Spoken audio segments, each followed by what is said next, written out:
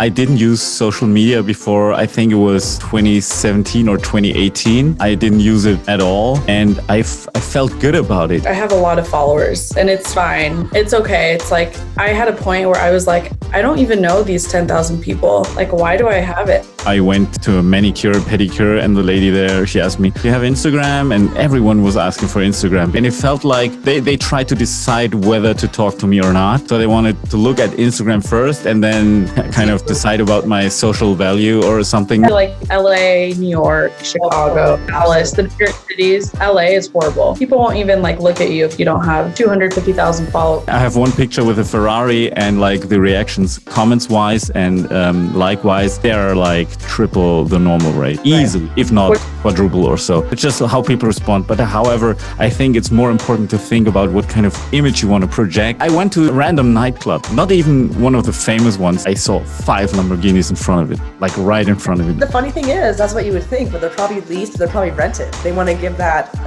like look of like, I got all this money, when it's really kind of fake. Like a lot of like big like rap stars, they lease their Maybachs, they lease their, because they can't buy it, and it is, they need that to floss, they need it to look cool, it's to uphold their image. As a serial entrepreneur, I'm always trying to evolve. Having great conversations with other high performers is one of the best ways to grow, not only in business, but also in spirit, health, and relationships. This is Svencast. Listen, grow, repeat. I've been watching this show called Queen of the South. I don't know if you've heard about it. It's about this Mexican Latina. She's kind of in the streets handling money in Mexico and becomes a drug mule in Dallas, working for this huge drug cartel lady. Long story short, she ends up building her own drug cartel, and she meets this guy from Chicago, and they're kind of battling over Chicago. And because of social media, she went on his profile, found his sister, found his mom, kidnapped the mom, had her at gunpoint, and like FaceTime the guy, like, if you don't stop, I'm going to kill your mom. And he's like, how the hell did you find her? You know, he's like, I'm not on social media, but like, you put the dots together, they found her, and bada bing, bada boom. So I think it's just super like, it's crazy.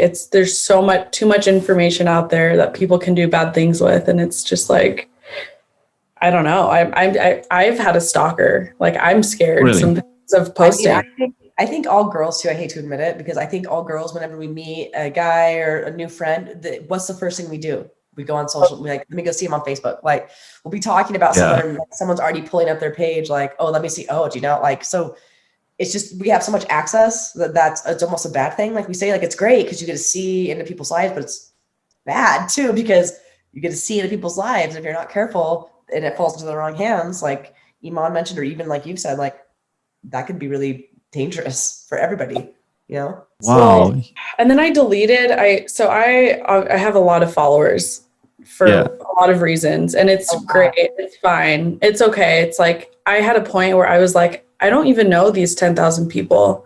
Like, why do I have it? I made a new Instagram, and then it was like, shoot, like I kind of need those followers for like other things. So I went back to the other one, but I recently deleted my social media for like a few days, and I went to go make an appointment, like a hair appointment. I have to do it on Instagram. Everything is on Instagram. You know what I mean? Yeah. So I had to go to my hairdresser's page, click the link in her bio, schedule my appointment, and I deleted my social media. I needed a break, and then I can't do anything. I want to look up a restaurant that I saved. It's saved on my Instagram. I want to schedule an appointment. It's on Instagram. Like, everything is so reliant on social media that even if you try to get out of it, like, you get sucked back in. I feel strongly about it. It's like, damn if you do it, if you don't. Yeah. Yeah. So I used to think about it like as really, you know, I didn't use social media before. I think it was 2017 or 2018. I didn't use it at all. And I felt good about it. You know, I was like, hey, I'm not using it and everybody is wasting their time. So I'm the only one not wasting my time. I'm amazing. But when I started to attend music festivals in the US, and in the US, the world was very different. It was like, I went to a manicure, pedicure, and the lady there, she asked me, "Oh, do you have Instagram?" And everyone was asking for Instagram because it felt like before they were, they tried to decide whether to talk to me or not. So they wanted to look at Instagram first and then kind of decide about my social value or something, and then make a decision. It's more like that. I feel like LA, New York, Chicago, Dallas, the bigger cities. LA is horrible. Like people won't even like look at you if you don't have 250,000 followers. You know what I mean? So the bigger cities you're in, That's crazy. That's just so crazy. That plays more that Black Mirror episode I was talking about. I don't know if you guys have seen Black Mirror. The episode specifically. Have you seen the one? It was an artist from the 90s. Her name was Vitamin C. If you haven't seen it, go check it out. I'm totally dating myself. But the whole premise of the entire episode was that you rate people. Like you see, like if I saw you on the street, I'd give you 5 stars, like Uber. Yeah. And if you got 2 stars, it would lower your ranking. And if you were under a 3 or something, you couldn't rent a car, or you had to sit in the back of the bus. Yeah. And couldn't, and then try to get on the plane, but the security guard was like, your rating is low. You're only a 4. Yeah, that's where we're at. Like we're not that far away. We're like a couple steps away from that kind of society. It's just, but then at the same time, I love Instagram. I love it. I'm cruising. I'm down the rabbit hole. I'm scrolling. I'm a sucker for the ads and the stuff to buy. Like I'm totally the target demo. Like I click on all the things. It's a double-edged sword for sure. There's a lot of good that come, and it depends kind of like, I follow a lot of good accounts, like health tips, positive mindset quotes, yoga, like Pilates, like I follow a lot of health conscious accounts. And so like, it kind of pushes me to like do better things. But then I'm also following models that are like 30 pounds lighter than me that have perfect skin, perfect body. And I'm like, cool, like, why don't I look like that? But it's so like, they don't even look like that in real life. And it screws it up because Iman is gorgeous. Anyone that's going to watch this will admit Iman is gorgeous. But when she's comparing herself to these models that are meant to look like that, of course you're going to feel not pretty, and you shouldn't. I mean, like, it's crazy. There was actually a point in my life where I deleted Facebook because I was getting I don't know if FOMO is the right word, fear of missing out, but I was keeping up with the Joneses, where I would see somebody else, like they bought their first house or they got married or had their first baby. And I would feel bad about myself rather than being like, oh, that's really great and good for them. I would instantly feel like, well, why don't I have that? And so I literally had to step away, and I deleted it off my phone. So I just couldn't have it. I had to take it away from myself because I knew if I could get to it quickly, I would just get into it. Because it was lowering my self value of my own self, how I identified. I was and how did that work for you to stop using it? What happened? It worked really well. The first couple days were hard. It's like any addiction. I hate, like, I've never been a cigarette smoker, but I can imagine, like, if you stop smoking cigarettes, you want it. You just want it, and you're used to it. Like the chemicals in your brain that release when you refresh and swipe down and it refreshes, the same like release of hormones and everything is the same. Dopamine. Yeah. Hormones. I'm talking about hormones because I'm hormones all over the place right now. No, but it's totally true. It's that same sort of like you get a rush. It's a high. You get a high off of it, which is crazy. A little screen gives you a high. But yeah, no, I felt a lot better. I quit like ranking myself amongst my friends and just looked at myself and was grateful for the things I already had. And that's when I really noticed like things going good for me, is that instead of me so focused on what other people had and that I didn't have, I had to look at what I did have. It's that whole, gratitude and be thankful for the things you have and don't want for the things you don't have, because we're getting more of that. It's the secret, right? You're manifesting the things that you want, you have, and you're holding that here. And so once I kind of got out of my head social wise, and now I enjoy Facebook just to enjoy it. Like, oh, that's cool. Like, it's basically a tool, and you can't really remove it out of your reality unless you're like, you're going to live in the woods or so.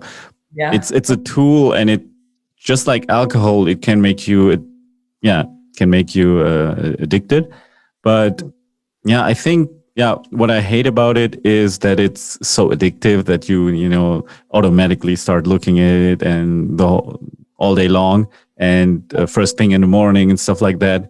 But what I like about it is it's really you can distribute your story everywhere. Like, you can start a big business just doing that. At the same time, and you can control the image of yourself. Right. If you think a little bit about your strategy, what you want to achieve with this. So I personally made a conscious decision to start using social media because I don't really see an alternative, because ultimately people are going to be more interested in having, like, in looking at your pictures and watching some videos, as opposed to, for example, pure text. Right. Pure text is also, you could write a blog that's text based. That's nice. However, I think if you want to grow a company, then you kind of need social media so that people can get to know you and can start to trust you and can develop that rapport that otherwise you would only develop if you were dealing with each other in person. And there's no way that you can, like, have phone calls or video calls with everyone. So this is the right marketing tool. At the same time, I feel sorry for, let's say, private persons who use Instagram, because especially if they just, waste a ton of time there, a ton of lifetime, they could experience something real. They could go out into nature. And I think you're doing that a lot. I mean, both of you. And I think if people get lost just looking at Instagram all day long, that's really terrible. But at the same time, it gives a lot of business opportunities, and it gives new ways to do business. And and one of the reasons for doing this podcast is actually social media, because I was so desperately trying to figure out, like, how can I come up with content, please? Any idea? I kept searching for content strategy, and I was like, how can I create content? How can I do this? What would be interesting? And I went crazy because I was never pleased with anything, because at first I thought, okay, let's do something about marketing. And then I figured, okay, there's already a lot of good marketing podcasts and marketing information out there. So why would we need new ones? And basically about pretty much every topic. But I think it's the combination, like with me, I'm interested in philosophy, sports, biohacking, strategy, brain function, medicine, business, and this is all, like, I'm all about getting better at stuff and having more fun and having a better quality of life and all this thing. And in combination, this is now my new content strategy. This is our content strategy to just present ourselves with our real interests, be authentic, and do it in a form where we create value for the audience and for other people. And if then they watch a video of us, and if they like it, for example, this conversation, anyone who's interested in a job with us, with our company Digistore, they can see us interact, and they can figure out, like, how does it feel to be part of that team. Yeah, I think the best content comes when it's not forced. I mean, the best conversations come when you're not a robot and you're not, like, oh, hi. When you're your authentic self, people can really feel that. They feel authenticity. They feel when people are being genuine, when they're down to earth, people can feel when they're being fake as well. So I think this is the best kind of format. People really want to get to know you and Iman and myself. This is how we are. We're just people having a conversation. Like, I would talk to Iman and you the same way I'm talking right now. I talk to, any stranger the same way I'm talking right now. Yep. No, I totally agree. I think also, Darcy, so the call that Darcy and I do bi-weekly. So we talked about pre-recording it. We talked about a bunch of different ways to do it. And we're like, we're just going to do it live. If we mess up, like, whatever, like, we're human, like, we're not perfect. And we kind of want to give that genuine side of us to our audience. It's not fair for them to get this, like, hi, I am Iman. Everything is perfect. It wasn't perfect yesterday, and we pivoted very quickly, and that's how you do it in real life. So that's how we do it. Had a huge tech meltdown yesterday. We pivoted, and it was awesome. But the meltdown was not caused by Digistore.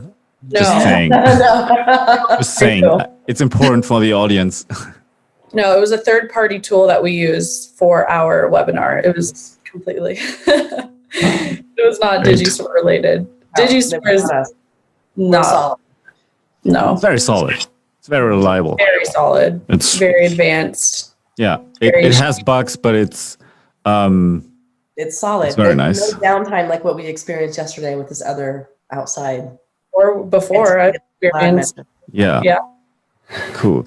So you just talked about social media. I never felt like I understood it, and I think there's a lot of things that contradict themselves. For example, I'm supposed to have 200,000 followers. I don't have 200,000 followers. I don't have many followers.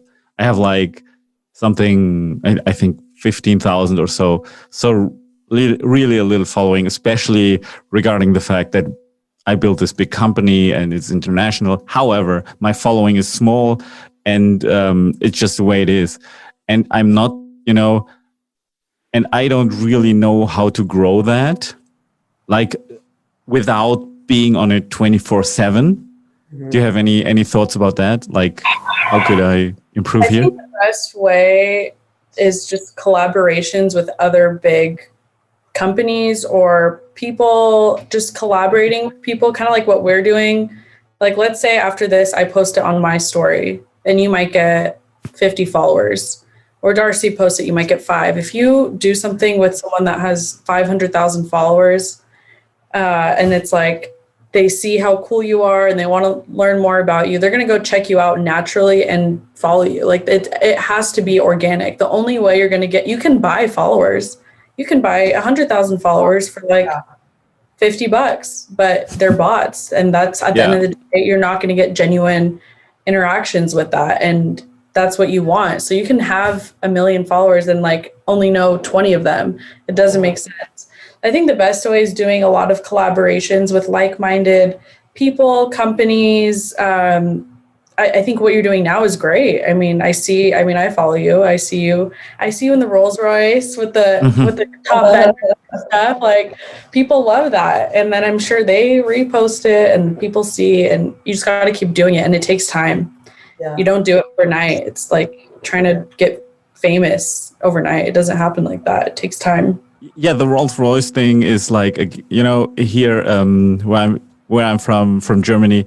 In Germany, people are not used to Rolls Royces, even like successful people, because the streets, they're so small, you cannot really drive that here. I mean, every now and then there is someone, driving a Rolls Royce, but it's very rare. So I try to figure out, I wanted to do interviews with vendors, with people selling stuff on our platform. And I was trying to figure out how to do something special for them. So what could be special for them? like something, if I would come with a Mercedes, that would be not even noticed because it's so common, like German luxury cars. That's not something special. That's not anything special. So I figured like Dusan, like our colleague, he came up with, hey, why don't you do this format? And I forgot the name of the original format, where like there is a guy, he interviews people and he kind of comes up with special cars that match the interest of this person. However, I'm a terrible multitasker. I'm terrible at it. I could not drive a car and interview people. I would be just, if the car doesn't move, okay, why not? But I thought that would be a shitty picture. Why not come with a Rolls Royce, and we were really comfortable. We have some space and we have some possibilities for different camera angles, and it will be all fun. And all the vendors. So far we visited 2 and did 2 Rolls Royce interviews, and they were like, "Oh, that's amazing!" And they were really, you could see, dopamine coming out of their brains. Yeah. So they were like, they would light up and they were lit. They were cool. They were lit. Yeah. Rolls Royce is pretty. You don't see that every day in Europe. No. It's just no. You don't see it every day. If someone pulled up with the Rolls Royce, you'd be like, okay. Same with the Bentley, you'd be like, all right. I clearly wanted to make the point that this is for the vendor.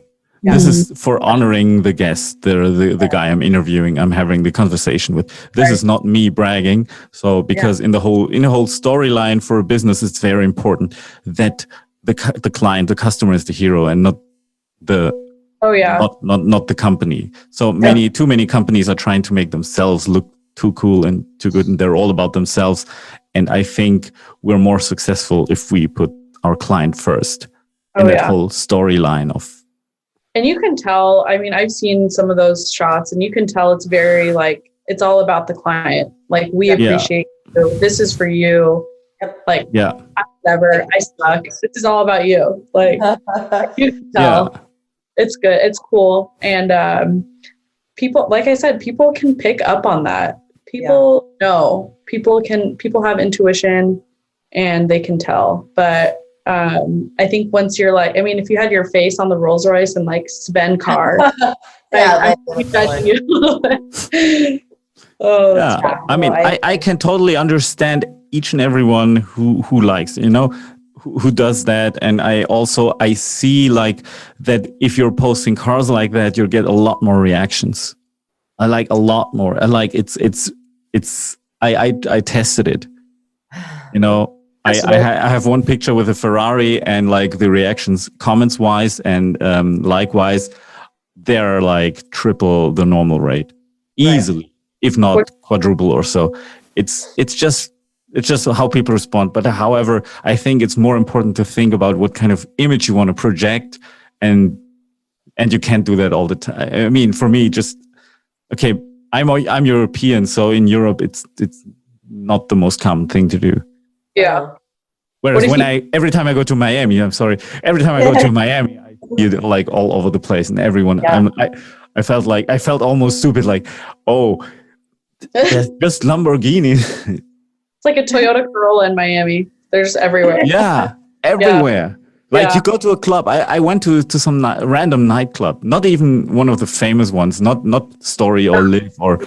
Just a random nightclub. I saw 5 Lamborghinis in front of it, like right in front of it. I was like, oh, they seem to have money. No, well, see, the funny thing is, that's what you would think, but they're probably leased, they're probably rented. They want to give that like look of like, I've got all this money, when it's really kind of fake. Like a lot of like big like rap stars, they lease their Maybachs, they lease because they can't buy it, and they need that to floss, they need it to look cool, it's to uphold their image, and so they're just really trying to really keep their image. And that's actually smart. I have to give credit to them, because if you bought something like this is a money pit. Yes. You have to, this is like, it's not practical. You can't really do anything with it. You're just taking it to the grocery store is a pain in the ass. Yeah. It actually makes sense to rent it. And the funniest thing I've heard that people rent is some people, there is people who rent out photo shooting time in private jets. Yes, this is hilarious. This is hilarious. I saw that. I saw that. So I have a friend here in Boise, and he owns a private jet center, and we were going to all do a photo shoot when the whole Digistore team was here. Yeah. We were going to I asked him if we could go to the airport hangar and go in front of a private jet and take pictures. And then that's cool. Yeah, and like it would have been super cool, like walking off the plane, like our hair blowing, like Digistore, everything. Whatever, typical Monday. Mm-hmm. Yeah, and then like a month later, I saw the fake, like in the private jet, like cardboard thing where people go take pictures. I'm like, yeah, heck, I'm out here trying to go do the real backdrop. It's like a jet. We can get a backdrop. It looks like we're on a jet the whole time. That'd be awesome. It takes the the way I see Instagram. I just see it as, like some piece of art. Someone paints a picture and shows it to me. I never view it as, oh, this is this person. This is how this person is. I don't know. Pick a random guy, Dan Bilzerian. I never believed this is his real life. Never. Right.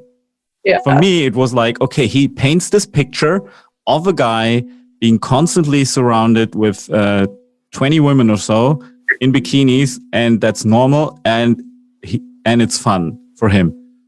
I don't think it's fun.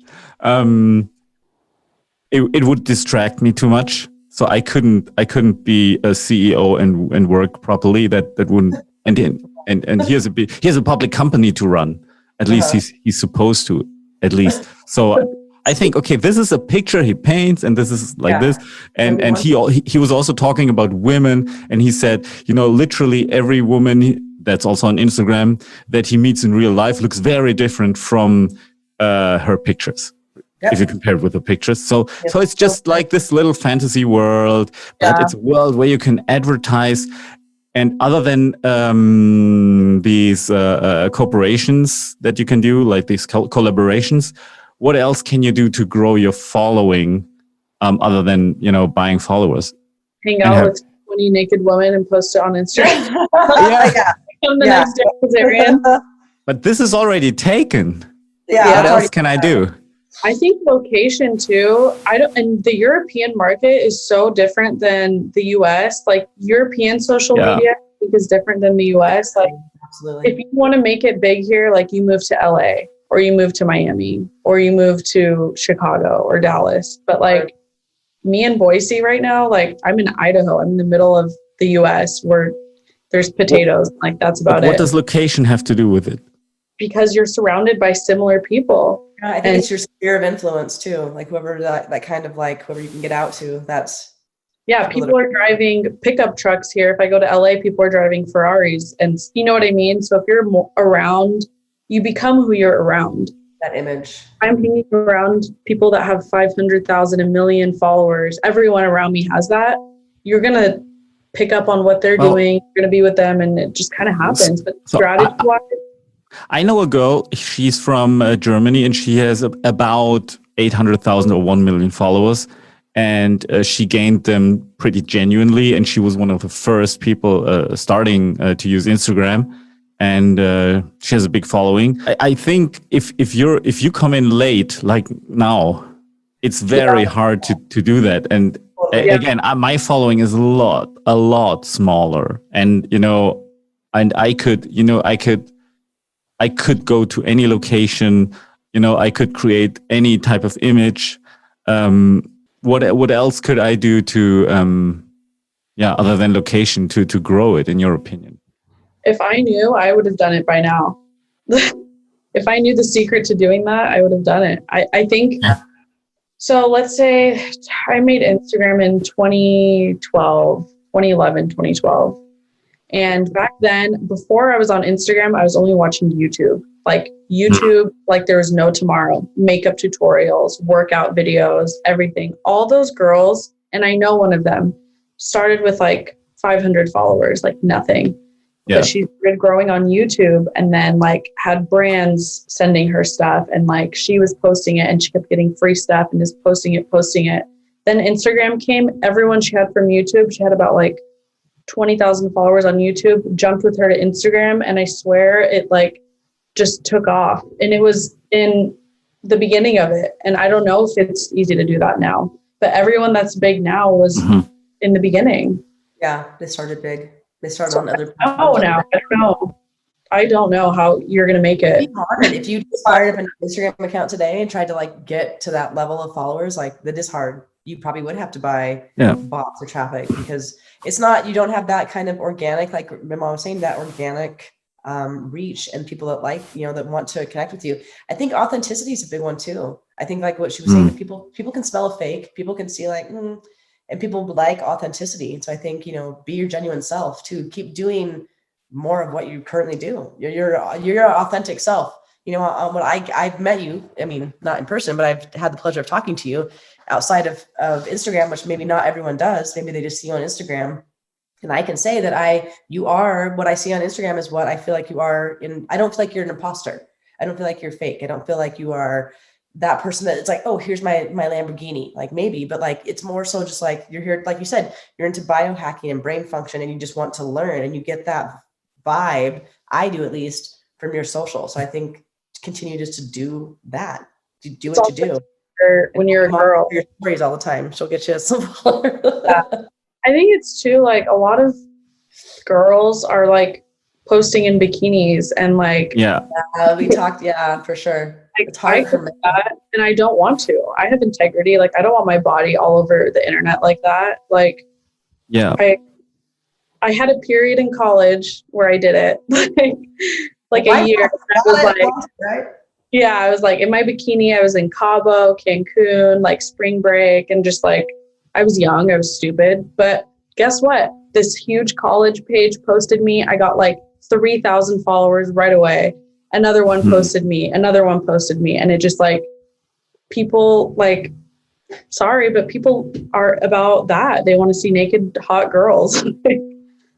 And that's not what you are. So you don't want to, I don't know. That's hard. It's hard for men. It's definitely like you have to do more. You know, you can't just put a picture of your body up and be like, look at For me, it all comes down to what your goal is. Like, I have a very clear goal on, for example, Instagram. I want to help our companies, of course. Yeah. And I want to bring value to, let's say, our target group. And by giving them value, I hope that the law of reciprocity will come into effect at some point without worrying too much about, you know, like how many likes or how many followers. Because, you know, a few years ago, I gave a speech on some stage and it was really boring because GDPR came out and it was really a big thing. And I produced a whole course on it, and I went to a course myself. I got a GDPR expert, so this is data protection expert certificate, because in Europe you could be sued, and the penalty could be millions without a court ruling it. You know, so I gave the speech about GDPR, and it was at some event, and at the same time, there was someone else giving a speech about, you know, something more interesting, something like traffic and conversion. And I had very few guys sitting there, like not a lot. But I still gave my speech about this boring topic, GDPR, because I felt like it was important and nobody really had a clue what to do because, you know, the politicians came out with these ideas of how it should be, but the business reality looked very, very different. So you have to kind of apply it and kind of make it work. So you don't make mistakes, or as the least amount of mistakes as possible. And I gave a speech about this, and there were people, you know, there were just a handful of people, but we were really picking up on it, and they really valued this information. And some of those people who sat there turned out later to be one of our biggest vendors on the German platform. So it's so for me, what did I learn from it? I learned from it that even if the audience is small, don't worry about it. If you really give good value, if you really give good information, and it comes from your heart, and you really want to help people, then something good will happen. And that's the most important thing. And this is our and my whole business philosophy and whole company. And and I think, and that really taught me a lesson, because at first, of course, I felt very embarrassed, you know, being on stage, and there were just like, you know, 10, 20 people. And this was like this huge, it was a big stage, you know, and that I hate the pictures of it because it looks like a rehearsal, you know, the actual thing. Like when I posted like a picture of that, then the comments were, nice rehearsal. Yeah, rehearsal. Sure. Yeah. But nobody was interested in that topic. And I didn't understand why was nobody interested in that topic, because the threat was so big. If you make a mistake about GDPR, you could be sued by millions for a little stupid thing you forgot. Yeah. And it's legal, and it doesn't need a court to judge you for that. It doesn't need a court rule. So sorry, go ahead. It's like quantity over quality. Would you rather have like 1,000 friends or like 10 good, close, genuine friends? Your car breaks down on the side of the road, you can call them and they're going to come help you. Yep. You know, you're having a bad day, you need to call someone and cry. Like, you have a small group of people that genuinely care. I know a lot of people. Yeah. So, and the people that are sitting there taking notes are the people that you're on the same level with mentally, on a business level, on a mental level. Mm-hmm. And I would rather be around 5 or 10 people like that than 50 people that don't give a shit what I'm saying. Yeah. Listening Absolutely. It's the same thing with music. I played some shows before where there's like, 1,000 people in the crowd, which is awesome. But then half the time, like they're talking, they're not looking at you. They don't really care. And I've also played shows where there's 5 people in the audience, and at the time we felt like how you feel like, oh, this looks horrible, but they are fully engaged. They're watching the entire time. They're getting something out of it. And I think it goes back to like that. If you can move 1 or 2 people, who cares if you have an audience of thousands or millions if they're not getting anything from it? If your true goal is to impact people's lives and change them for the better, then that small group that you had that was in there taking notes, you actually affected their lives and their business for the better. So that's me, and that's word of mouth. That'll go on to be like, oh, I saw this amazing presentation by Sven. He's so smart. You should check him out. Oh, who's Sven? It just starts that kind of like, because now they have trust in you. Now you essentially, you're protecting their business and their interests, and now they feel rapport. Now you're there for them and not just somebody that's just like giving out like matter. You know what I mean? And I've seen this effect. My assistant Lisa, she told me that she's in several mastermind groups because she's also very interested and she likes to learn. And her mastermind group uses our software Code Channel. Mm-hmm. The software where you can build funnels and membership areas and stuff like that. And she told me, she asked her peer group, like, oh, you're using Code Channel. What a nice coincidence. How come? So how did you get there? And they told her, well, it was through Sven, and we followed Sven on Instagram, and we watched videos of his, and we checked out his conversations, how he behaves, what he says, what his energy is. And based on that, and then we looked at the recruiting page so that we could see how the team interacts, what kind of energy they have, how they think, how they talk. And based on that, they made their buying decision for that funnel and membership builder software. So they didn't even take a look at this funnel and membership software. Like I wrote a half an hour sales letter and, went in front of the camera and really explained everything very well. No, they made their decision solely based on everything else, like on Instagram stories, interviews with third-party people and stuff like that. They already liked you. There's something about it. They already liked. Yeah. And I'm sure you've heard it takes people 6 interactions on social media before they take an action. And it actually went up from 6 to over 20. It takes them weird times scrolling past them, watching their stories, hearing them talk, liking their picture 20 times, then they'll make a buying decision. And so it led up to that. Yeah. And it pays off.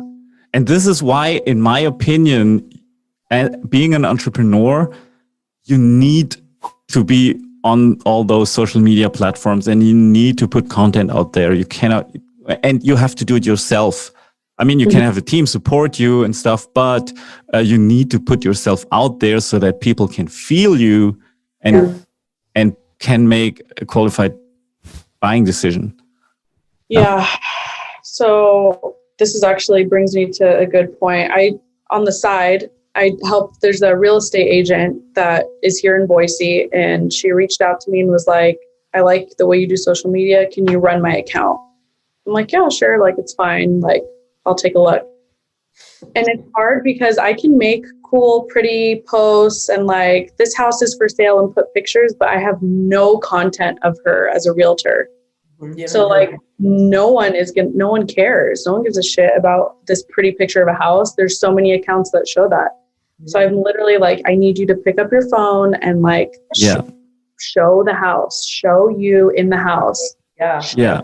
Computer making a deal, take a picture of the clients you're working with, signing the paper. That's what people care about. I could sit here and post 20 things a day and it's not going to do you any good. So I agree, you do have to do it yourself to an extent. You can have support, but people need to see you. It's that authenticity. It goes back to that. They want to know that they're talking to the real person and that person is genuine. If you enjoyed this episode, hit the subscribe button, and never miss an episode of Svencast again.